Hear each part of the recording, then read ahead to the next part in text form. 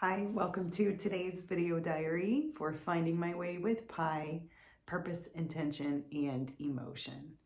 I am Pi, and today I'm going to talk about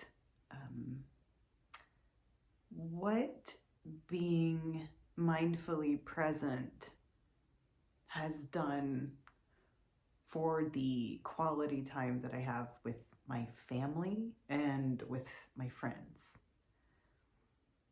I am noticing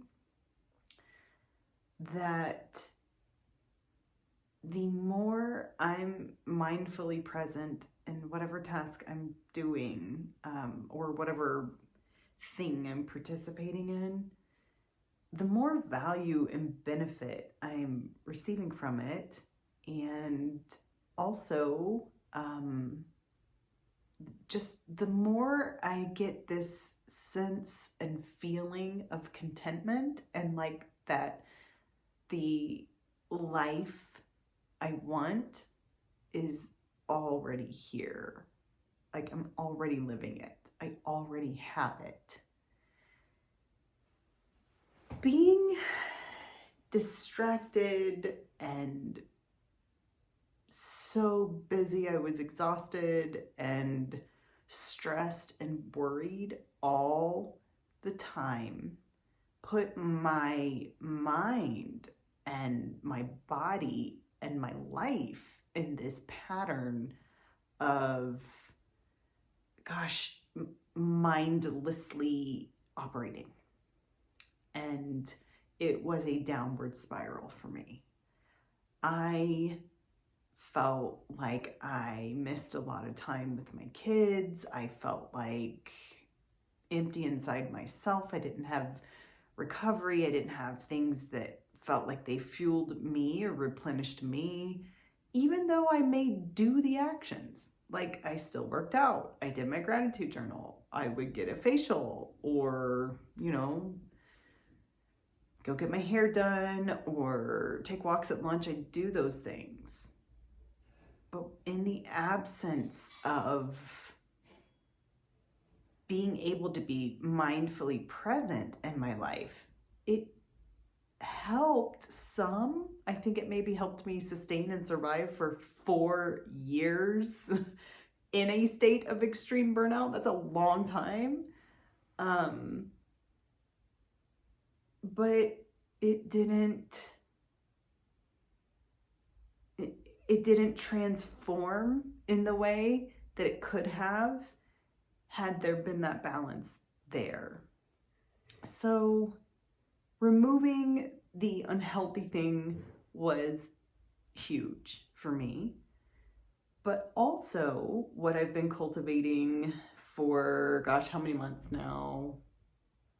Almost 9 months, maybe almost a year. I started doing short meditations each day.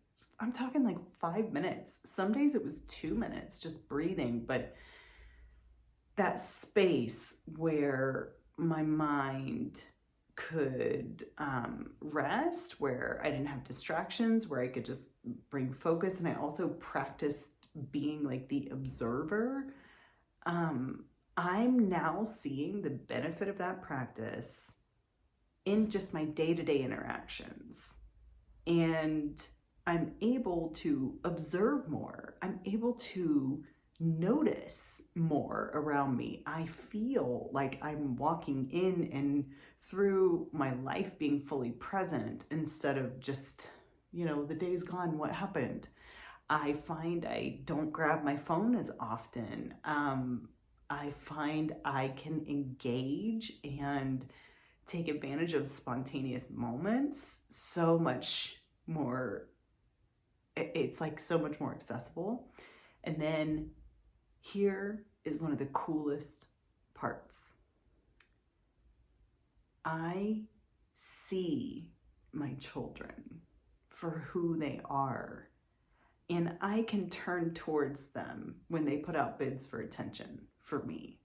So, like, my son saying, bringing home a poster. Mom, do you want to see my poster? And instead of me being like, in a minute, I gotta finish doing this stuff on busy and I've got all his other things going on, and maybe, I don't know, how about a bedtime? Show me a bedtime. And he's like, he understands. He may not be upset, but that behavior shut it down.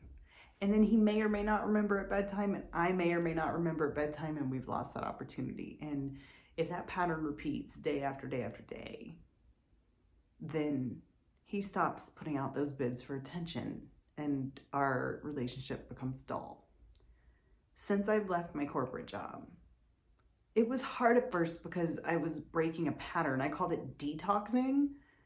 I still feel like little bits and pieces maybe, but I feel so much better now, and I'm like 5 weeks out. And now when my son gets home, I'm there. Hey, he goes, "Hey, Mom," when he comes in the door, and I look him in the eyes and he looks me in the eyes, and I go, "Hey, how was your day?"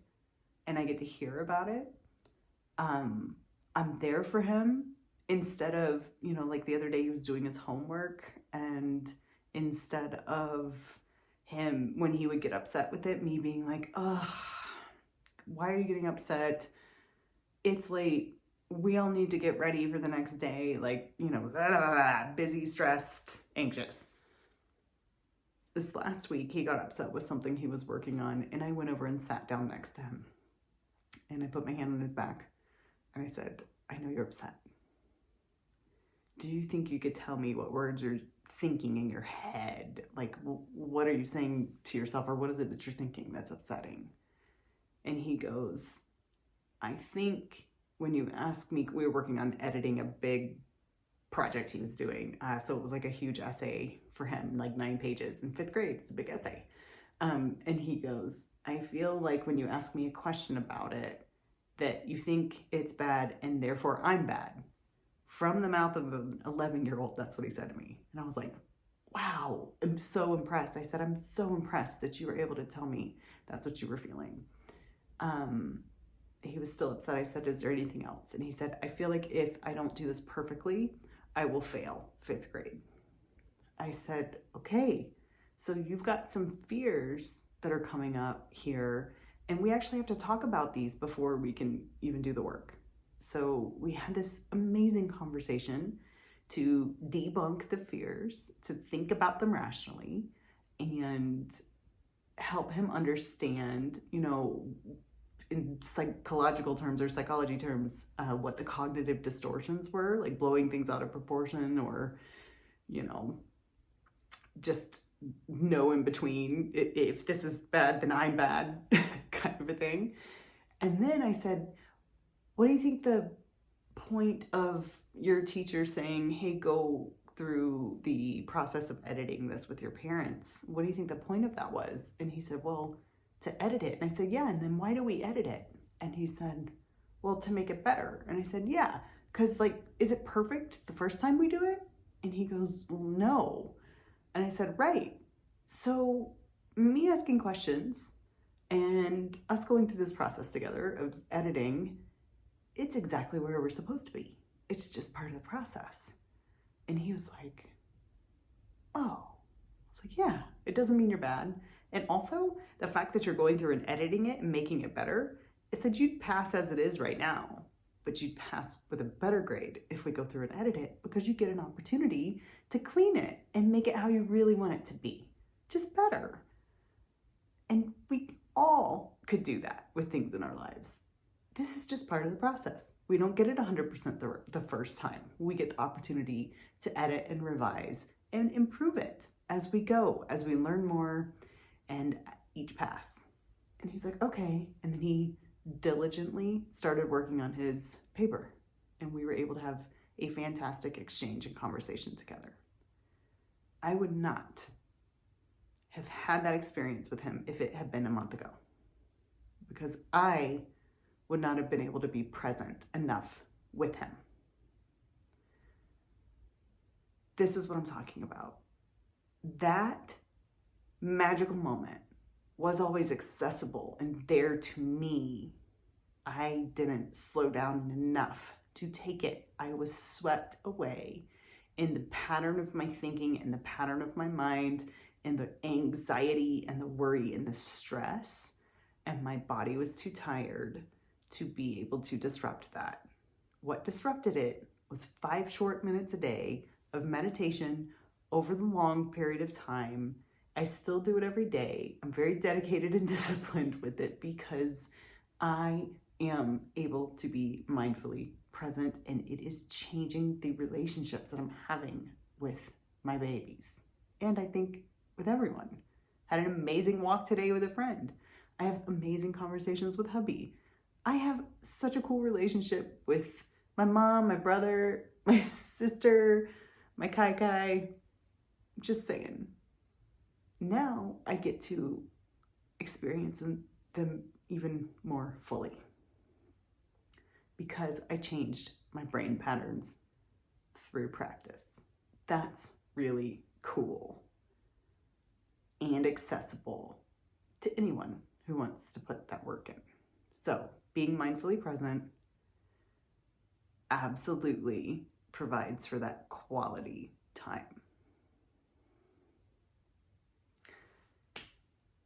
Thank you for being with me on this journey. I am so glad that you're here, and I hope this helps you too. I will see you tomorrow. Bye.